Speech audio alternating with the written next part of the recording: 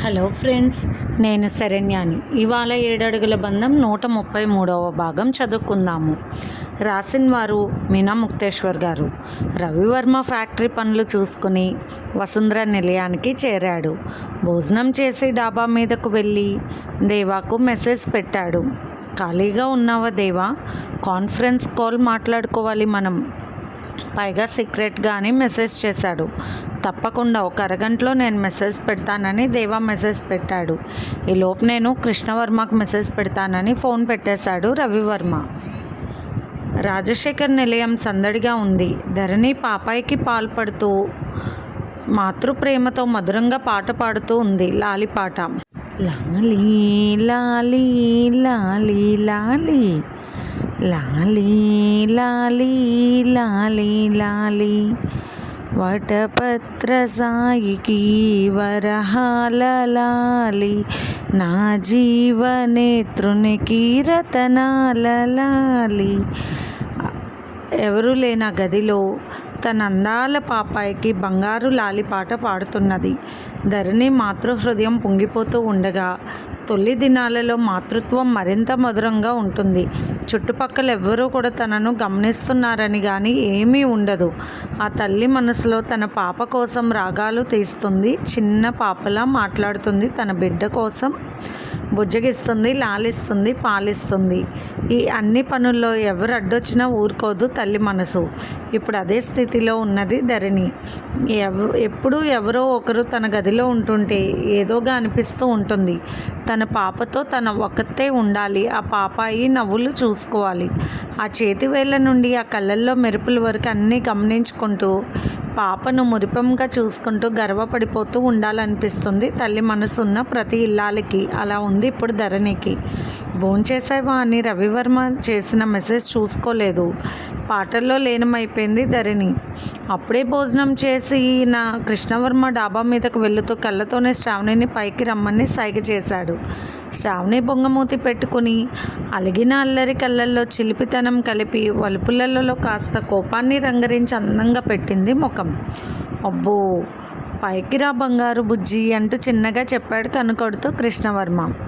ఏమీ రాను నీ కోసం. నేను రావడం, అందరితో తిట్లు తినడం నాకేమీ అవసరం లేదు అనుకుంది శ్రావణి. అత్తగారులు చాలా ఇబ్బంది పడుతున్నారు పాపం. అల్లుడు బాధ చూడలేక. ఇప్పుడు అల్లుడు బాధ అత్తలు కనిపెట్టి ఏం చెబుతారో న్యాయం చూద్దాం అనుకుని వెళ్ళి ధరణి గదిలో కూర్చుంది శ్రావణి. ఆ వ్యవహారం అంతా చూస్తూనే ఉన్నారు సుప్రజ, దేవిక. ఇప్పుడు అసలైన అల్లరి మొదలు పెట్టింది మన శ్రావణి. ఇక మనకు తప్పదు అని నవ్వుతూ ఉంది సుప్రజ. కృష్ణవర్మ కళ్ళతో పిలుస్తూ బంగారు బుజ్జి అనడం అన్నీ కూడా సుప్రజ చూపించడంతో కిటికీలో నుండి చూసింది దేవిక. చాలా సంతోషంగా అనిపించింది. కూతురు అల్లుడు సుఖంగా ఉంటున్నారన్న మాటలు, కళ్ళకు కనిపించే దృశ్యాలు ఎంతో అందంగా ఉంటాయి కన్నవాళ్ళకు. అలాగే తమ వల్ల ఏ చిన్న ఇబ్బంది వారికి కలిగినా బాధగా ఉంటుంది. అలాగే తమ వల్ల ఏ చిన్న ఇబ్బంది వారికి కలిగిన బాధగా ఉంటుంది. ప్రస్తుతానికి తాను అన్న మాటల వల్ల శ్రావణి అలిగి కిందే ఉన్నదన్న విషయాన్ని గమనించిన దేవిక గారికి బాధగా అనిపించింది ఆ కాసేపు కూడా.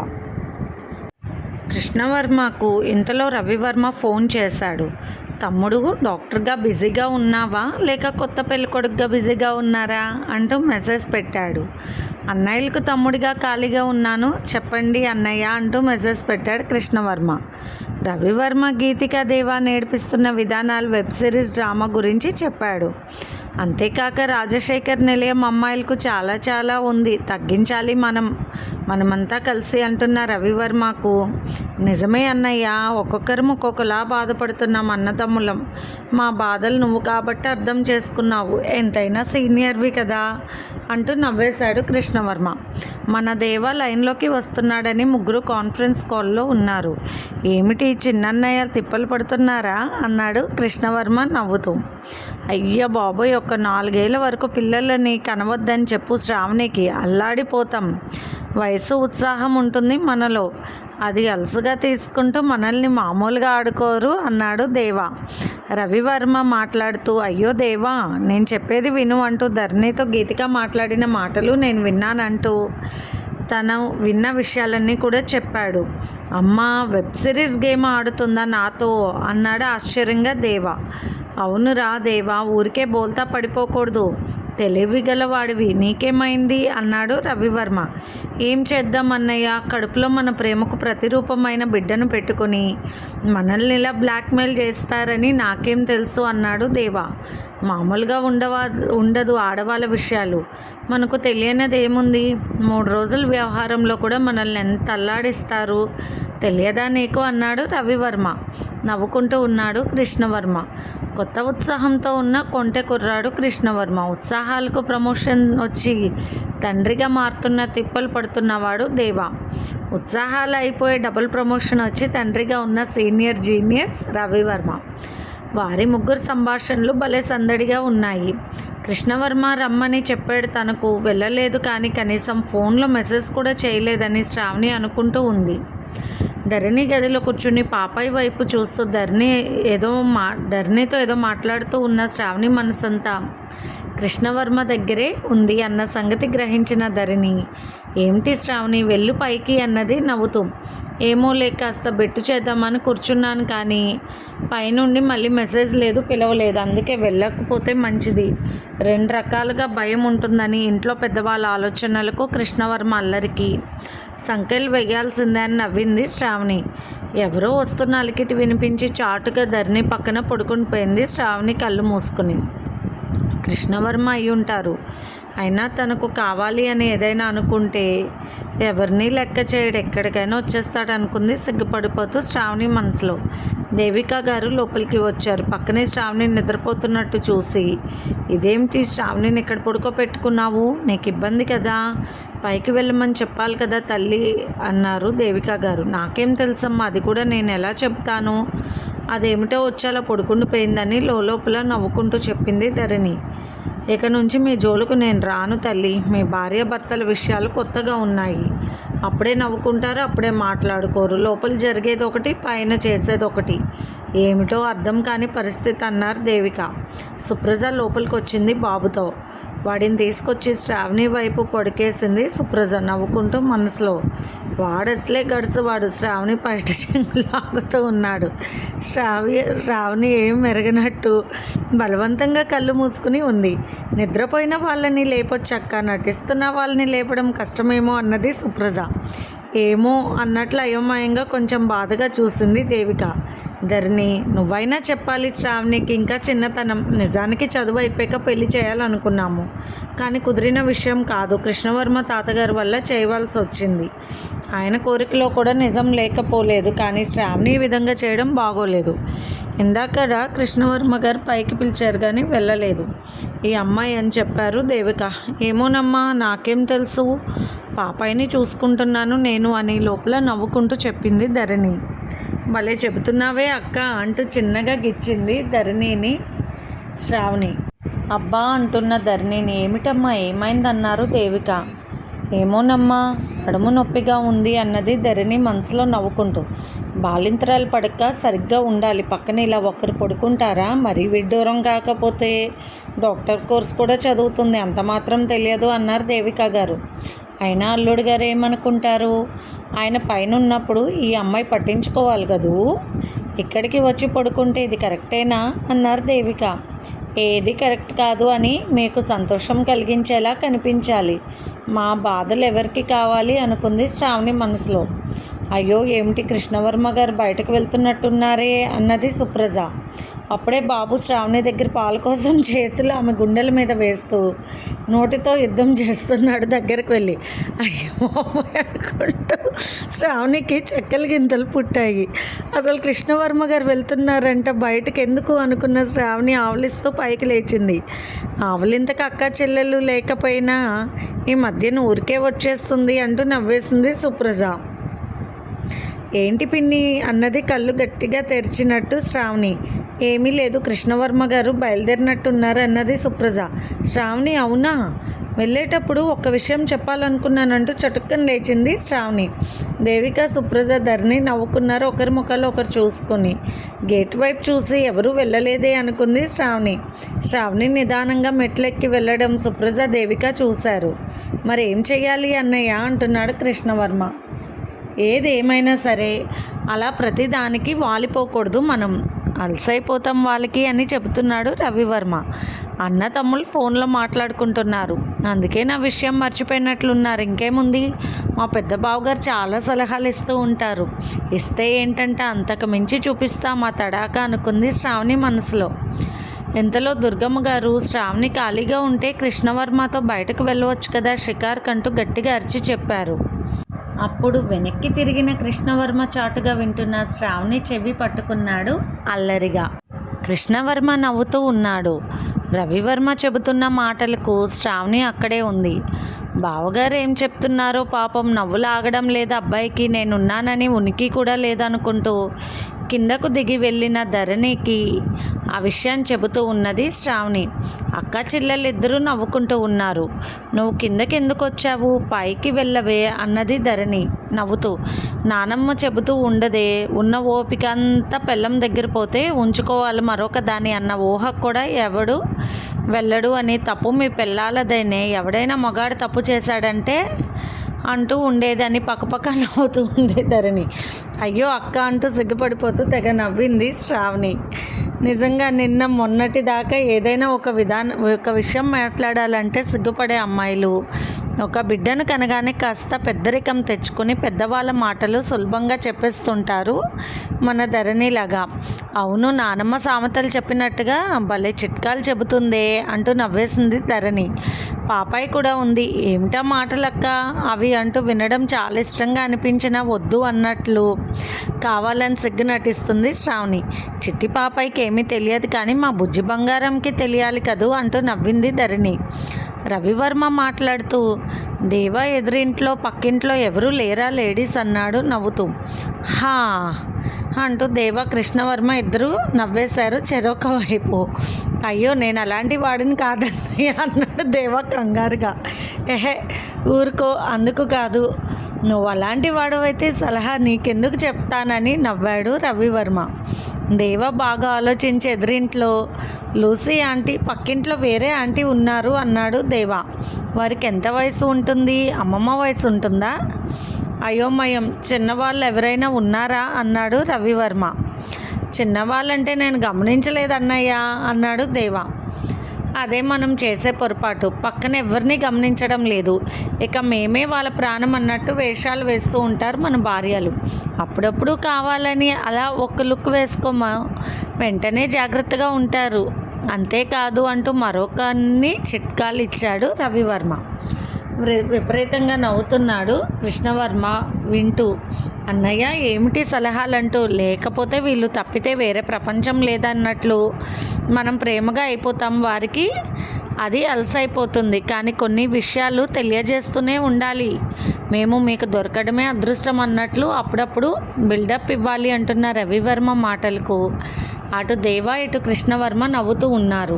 ఇవన్నీ సరదాకి సుమా, బాధలు పెట్టమని చెప్పడం లేదు అంటూ నవ్వేశాడు రవివర్మ. ఏం చెయ్యక్కర్లే, 4 మాటలు అంతే, దెబ్బకు కుదురుకుంటుంది వ్యవహారం అని ఆ 4 చిట్కాలు చెప్పాడు రవివర్మ. నువ్వు సూపర్ అన్నయ్య, ట్యాబ్లెట్స్ ఏమీ అక్కర్లేదు, దెబ్బకి ఇలాంటి రోగాలు కుదిరిపోతాయి గొడుసమ్మాయిలకి అంటూ నవ్వేశాడు కృష్ణవర్మ. అబ్బా, మన డాక్టర్ తమ్ముడు మాట్లాడితే మందులు ఇంజక్షన్లు గొడవ అంటూ నవ్వేశాడు రవివర్మ. అవును, తమ్ముడికి మధ్యన బాగా బిజీ అయిపోయినట్లుంది అంటూ దేవా చిలిపిగా మాట్లాడుతూ నవ్వాడు. అవును, మనమే కొంచెం బాధల్లో ఉన్నట్టున్నాం, నైట్ మసాలా చూస్తూ అన్నాడు రవివర్మ నవ్వుతూ. అందుకే ఇలాంటి చిట్కాలు ఇస్తున్నారా మీరు అంటూ నవ్వాడు కృష్ణవర్మ. అదేమీ లేదు కృష్ణ, లేకపోతే దేవాతో వెబ్ సిరీస్ ఆడుకుంటుందా మా పెద్ద మరదలు, చూడటానికి అయోమయంలా కనిపిస్తుంది. అమ్మో, ఇక ఆ తెలివితేటలు అందరూ ఉపయోగిస్తే మనం ఏమైపోతాం, అందుకనే మొదటిగానే మనం భయం పెట్టాలి అని నవ్వుతూ చెప్పాడు రవివర్మ. ఆకలేస్తుంది అంటూ శ్రావణి లోపలికి వచ్చింది. ఆ చూపు, ఆ పెదవుల విరుపుల వయ్యారాలు, వలకబోతులు అన్నీ అర్థమయ్యాయి. అది ఏ ఆకలికి సంబంధించిన బాధో. మొత్తానికి అన్నయ్య ఫోను మహిమే ఇలా ఉంది. ఇక చిట్కాల మహిమ దేవా అన్నయ్యకి ఎలా ఫలిస్తాయో మరి అనుకుంటూ నవ్వుకుని ఆ ఫోన్ ఛానల్ ఆఫ్ చేసి లవ్ ఛానల్ స్టార్ట్ చేశాడు కృష్ణవర్మ. పట్టపగలు ఆకలేస్తుందమ్మా బుజ్జి బంగారం, హా హే అంటూ ఒక రకంగా మాట్లాడుతూ ఎన్నిసార్లు పిలవాలి నిన్నంటూ శ్రావణి బొగ్గ గిల్లి వెనక వైపు ఒక దెబ్బ వేశాడు కృష్ణవర్మ. అమ్మో ఏమిటి కాస్త చురుగ్గా ఎక్కువగా తగిలింది. మీ అన్న తమ్ముళ్ళు మాట్లాడుకుంటూ ఏదో ఒక ట్రిక్స్ మా మీద ప్లే చేస్తూ ఉంటారు, మాకు తెలుసు అంటూ బొంగమూత పెట్టుకుని పక్కగా కూర్చుంది వెళ్ళి శ్రావణి. కృష్ణవర్మ దూరంగా కూర్చున్న శ్రావణి వైపు చూసి పట్టించుకోకుండా కిటికీలోకి వెళ్ళి చూస్తూ నవ్వుతున్నాడు. ఏమిటి మీరు చూసేదంటూ ఉక్రోషంగా అక్కడికి వచ్చింది శ్రావణి. అక్కడ బోసినవ్వుల ముసలమ్మ నవ్వుతూ ఉంటే కృష్ణవర్మ నవ్వుతూ ఉన్నాడు. బామ్మని చూస్తున్నారా అని తెగ నవ్వింది శ్రావణి. బామ్మగా ఉన్నప్పుడు ఎంత అందంగా ఉంటుందో ఊహించుకున్నాను, భలే కనిపించింది అన్నాడు కృష్ణవర్మ అల్లరిగా కన్ను కొడుతూ. వెంటనే శ్రావణి అక్క చెప్పిన నానమ్మ చిట్కాను గుర్తు తెచ్చుకుంది. నువ్వు ముందు నాకు సమాధానం చెప్పు, తర్వాత ఊరందరినీ చూడటానికి టైం సరిపోనట్లు నేనే చేస్తానంటూ కృష్ణవర్మని గట్టిగా కౌగిలించుకుని మంచం మీదకి లాగింది శ్రావణి అందంగా నవ్వుతూ. ఇదే నాకు కావాలి, లేకపోతే మాట వినరంటే మీరు. ఆహా అన్నయ్య, నువ్వు చెప్పిన పాయింట్స్ కరెక్ట్ అనుకున్నాడు కృష్ణవర్మ నవ్వుతూ శ్రావణి మీదకు అందంగా వాలిపోతూ. దేవా ఫోన్లో అవునమ్మా అల్లాడుతున్నాను, అన్ని పనులు చేయలేకపోతున్నాను, 4-5 నెలలకే అసలు ఏ పని చేయడం లేదు నీ కోడలు. అమ్మో ఇలా అయితే కష్టం, నేను ఇక్కడ ఉండలేను, ఇండియా వచ్చేస్తాము, గీతికాను వాళ్ళ అమ్మ వాళ్ళ ఇంటికి పంపిస్తాను, వర్క్ అక్కడి నుండి చేస్తానని చెబుతాను కంపెనీ వాళ్ళకు. గీతికాకు కాన్పు అయ్యాక ఒకేసారి 6 నెలలకు వస్తామని చెబుతూ ఉన్న భర్త మాటలు వింటూ హే అమ్మో వెబ్ సిరీస్లో ఈరోజు అనుకోని ఆలోచిస్తున్న గీతికాకు ఒక్కసారిగా మైండ్ బ్లాక్ అయిపోయింది. వెబ్ సిరీస్ లేదు ఏమీ లేదని తల మీద ఒకటి వేసుకుని తన బుర్రను సరి చేసుకుని ఏమైంది ఇంత డైరెక్ట్గా అత్తయ్య గారికి అన్నీ చెప్పేశాడు నా మీద, ఏం జరిగిందో అనుకుంటూ ఉంది గీతిక. ఈలోపు గీతిక ఫోన్కి 2 మెసేజ్లు వచ్చాయి. అక్క ఫోన్లో మాట్లాడుకున్నారు, రాజశేఖర్ నిలయం 3 అల్లుళ్ళు, జాగ్రత్తగా ఉండు బావగారితో నువ్వని శ్రావణి మెసేజ్ పెట్టింది. గీతిక నువ్వు కాస్త తెలివిగా ఉండు, ఫోన్లో మాట్లాడుకున్నారంట అని మరికొన్ని విషయాలు ధరణి కూడా మెసేజ్ పెట్టింది. అమ్మో అదే అయ్యి ఉంటుంది, మా బావగారు ఉన్న చోట ఉండరు, ఏదో ఒకటి తెలివిగా కీ ఇస్తుంటారు అమ్మో అనుకుంది గీతిక. ఫోన్ పెట్టేసి కిటికీలో నుండి బయటకు చూస్తూ ఉన్నాడు దేవా. గీతిక దగ్గుతూ ఉంది. వేడివేడిగా సూప్ తాగాలి అనిపిస్తుంది అన్నది గీతిక. అబ్బా ఇక్కడ విషయం వేడివేడిగా ఉండేదో కప్పుడు, ఏమిటో ఏం చేస్తుందో రిజ్జు అని గట్టిగానే అనుకుంటూ ఉన్నాడు దేవా. గీతిక వైపు చూడకుండా ఆమె మాటలు విన్నట్టుగా నటిస్తూ. రిజ్జు ఎవరు అంటూ వచ్చింది గీతిక. ఎదర ఫ్లాట్లో ఉండేది, భలే అందంగా ఉండేది, అలా చూస్తూ ఉండిపోయేవాడిని అంటున్న దేవా మాటలకు కోపంగా ఒక పక్కన కూర్చుంది అలిగినట్టుగా గీతిక. ఏంటి సూప్ కావాలా మేడం, మిరియాల పొడి దండిగా వేయమంటారా అన్నాడు దేవా లోపల నవ్వుకుంటూ, పైకి ఒక రకంగా అమాయకంగా అడుగుతూ. నాకేమొద్దు అన్నది కోపంగా గీతిక. ఓకే భలే గుర్తు చేశావు. ఆ సూప్ తాగుతూ ఆ కిటికీలో నిండా రిజ్జుని చూస్తూ ఉంటే ఆ సూప్కి భలే రుచి వచ్చేదనుకుంటూ వెళ్ళి సూప్ తయారు చేసుకుని కిటికీ దగ్గర కూర్చొని తాగుతూ ఉన్నాడు దేవా. పాపం అడిగింది అయిన బౌల్లో ఉన్నాయి, తెచ్చుకుంటే పోతుంది అనుకున్నాడు దేవా. గీతిక గబగబా సూపు వాసనకు లోపలికి వెళ్ళి చూసింది. వేరే బౌల్లో కూడా ఉన్నాయి, వెంటనే తెచ్చుకుని దేవా పక్కనే కూర్చుని తాగుతూ ఉంది. రిజ్జు అంటే ఎలా ఉంటుంది అన్నది సూప్ సిప్ చేస్తూ గీతిక అమాయకంగా ముఖం పెట్టి దేవా వైపు చూస్తూ. చాలా బాగుంటుంది, ఆంగ్లో ఇండియన్లే భలే అందంగా ఉంటుంది, హెయిర్ బ్లాక్గా ఉంటుందని ఇంకా ఏదో చెప్పబోతున్న దేవా మాటలకు ఏమీ అక్కర్లేదు, అందరినీ చూస్తూ హ్యాపీగా ఉండు అన్నది గీతిక అలిగినట్టుగా ముఖం పెట్టుకుని. ఎక్కడ చూస్తాను లేదు కదా, పాపం వేరే ఫ్లాట్కి వెళ్ళిపోయిందన్నాడు దేవా. దేవా ల్యాప్టాప్ తీసి వర్క్ చేసుకుంటూ ఉంటే గీతిక హడావుడిగా అంబికా గారికి ఫోన్ చేసింది. అత్తయ్య గారు క్షమించండి, నన్ను అంతకుముందు అన్నీ నేనే వండి పెట్టేదాన్ని అత్తయ్య గారు, ఆ వాసనలు పడక వంటగదిలోకి వెళ్ళలేకపోయాను. అందుకే మీ అబ్బాయి గారు అన్నీ చేస్తున్నారు. నిజమే, ఇంట్లో పనులన్నీ చేస్తున్నారు, కాదు అనడం లేదు. కానీ నాకు ఇబ్బంది వల్లే అవన్నీ అని గడగడ పాఠం చెప్పినట్టు చెప్పేసింది. ఏమిటమ్మా నువ్వు మాట్లాడేది అన్నారు అంబిక గారు. అదే ఇందాక దేవా మీతో చెప్తున్నారుగా నా మీద. నేను ముందు అలా లేను. ఇప్పుడే నాకు వామిటింగ్స్ అవుతూ అలా వాసనలు నచ్చక కిచెన్లోకి వెళ్ళడం లేదు అన్నది గీతిక. వాడు నాకేం చెప్పలేదమ్మా అన్నారు అంబిక గారు. అవునా అని ఏమో ఒక రకంగా మాట్లాడుతున్నారు అత్తయ్య. ఎదురింట్లో రిజ్జు చాలా అందంగా ఉండేది, ఆమెను చూసేవాడిని అంటున్నారు. నాకు చాలా బాధగా అనిపిస్తుంది అలాంటి మాటలు అన్నది గీతిక. ఎంతైనా విశ్వనాథ్ గారికి మేనకోడలా చొరవతో చెప్పేస్తుంది అన్నీ. అంబిక గారు నవ్వుతూ ఉన్నారు. ఏమిటి అత్తయ్య గారు, మీకు తెలుసా ఆ విషయాలు, మీరు చూసారా ఆమెను అన్నది గీతిక ఒక రకంగా ముఖం పెట్టుకుని. కడుపుతో ఉన్నప్పుడు నిజంగానే అబ్బాయిలు కొందరు మారిపోతూ ఉంటారు. నిజంగానే మారిపోతాడా దేవా? దేవాన్ని జాగ్రత్తగా చూసుకోవాల్సిందే, నన్ను దాటి వెళ్ళనివ్వకుండా. తప్పదు, నేను శ్రద్ధ తీసుకోవాలనుకుంది గీతిక మనసులో. చెప్పరేంటి అత్తయ్య అన్నది మళ్ళీ. రిజ్జు అంటే 70 ఏళ్ళ ముసలమ్మ తల్లి. ఆమె ఆ ఎదురు ఫ్లాట్లో ఉండేది. మేము వెళ్ళినప్పుడు చూసేవాళ్ళం. కానీ పాపం చనిపోయింది. కొన్ని హెల్ప్ దేవా చేశాడు. అందుకే ఆమె అంటే దేవాకి చాలా ఇష్టం. అంతకుముందు కొన్ని విషయాల్లో చాలా సహాయంగా ఉండేదంట అని చెప్పి నవ్వుతూ, రిజ్జు అంటే చిన్న పిల్లలాగా చెబుతున్నాడా నీకు? అల్లరి చేస్తున్నాడా? అన్ని తెలివితేటలు వచ్చాయా వాడికి అంటూ నవ్వింది అంబిక. అమ్మయ్య, ఏమీ లేదు, అంతా నాటకం. ఫోన్ మాట్లాడలేదు. ఇక రిజ్జు అంటేనే కుర్రపిల్లే లేదనుకుని హాయిగా ఊపిరి పీల్చుకుంది గీతిక. అత్తయ్య గారు నాకు వామిటింగ్ వస్తుందని తెలివిగా ఫోన్ పెట్టేసింది. మనసులో నవ్వుకుంది. దొంగ నన్ను అల్లరి పెట్టాలని చూస్తున్నాడు. అదేలే, ముగ్గురు మాట్లాడుకుంటారు. రాజశేఖర నిలయం అల్లులు మామూలు వాళ్ళు కాదు. ఒకరి ఫోన్లో ఒకరు తెలుసుకుని అమలు చేస్తూ ఉంటారు. ఏదేమైనా అలా చేస్తే చాలా బాధగా ఉంది కదూ. ఎందుకు, పక్కింట్లో కిటికీలో నేను చూడాల్సిన అవసరం ఏమీ లేదు. మనం అన్నీ జాగ్రత్తగా చూస్తే లేదు కొంచెం జాగ్రత్తగానే చూసుకోవాలి దేవాని అనుకుంది గీతిక. రైస్ కుక్కర్లో అన్నం పెట్టి గోంగూర పప్పు కూడా కుక్కర్లో పెట్టి 15 గంటలో వంట పూర్తి చేసింది గీతిక. గమనిస్తూ ఉన్న దేవా నవ్వుకుంటూ వర్క్ చేసుకుంటూ ఉన్నాడు. వచ్చి దేవా దగ్గర కూర్చుంది గీతిక. ఇక్కడ నొప్పులు పుడుతున్నాయంటూ చూపించింది. అవును, 5వ నెల వచ్చింది కదూ, అలా అనిపిస్తాయి ఎవరికైనా. పాలు ఉండాలి కదూ. సైన్స్ రీతిగా అది తెలిసిన విషయమే, భయపడాల్సిన పని లేదన్నాడు దేవా గీతిక వైపు చూస్తూ. అందుకు కాదు, నువ్వు నా వైపు చూడాలని నా ఆశ అనుకుంది గీతిక. ఏమీ లేని అబద్ధానికి ఇంత మనసు బాధపడుతుంది. అది నిజమైతే అమ్మో అనుకుంది మళ్ళీ గీతిక. ఏంటి వంట చేసినట్లున్నావు, ఏదో వాసన వచ్చినట్లుంది అన్నాడు దేవా. లేదు, మరి మీరు వండే కూరలు పెద్దగా తినబుద్ధి కావడం లేదు. అందుకే అమ్మని అడిగి అలా వండుకుందాము కొద్ది కొద్దిగా అనుకుంటున్నాను అంటున్న గీతిక ముఖం వైపు చూసి పక్కకు తిరిగి నవ్వాడు దేవా. కాలు పైనుండి లాగేస్తుందంటూ నైటీని కొంచెం పైదాకా తీసి కాలుని చూపిస్తున్నది గీతిక. తెల్లగా పాలురాత విగ్రహంలాగా కనిపిస్తూనే ఉంది.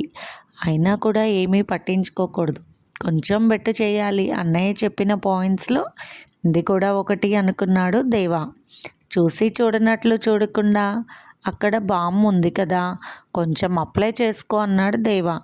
నేను ఎలా రాసుకోను, మీరు రాస్తే తగ్గిపోతుంది కానీ అన్నది చాలా ప్రేమగా దేవా పక్కన కూర్చుంటూ గీతిక.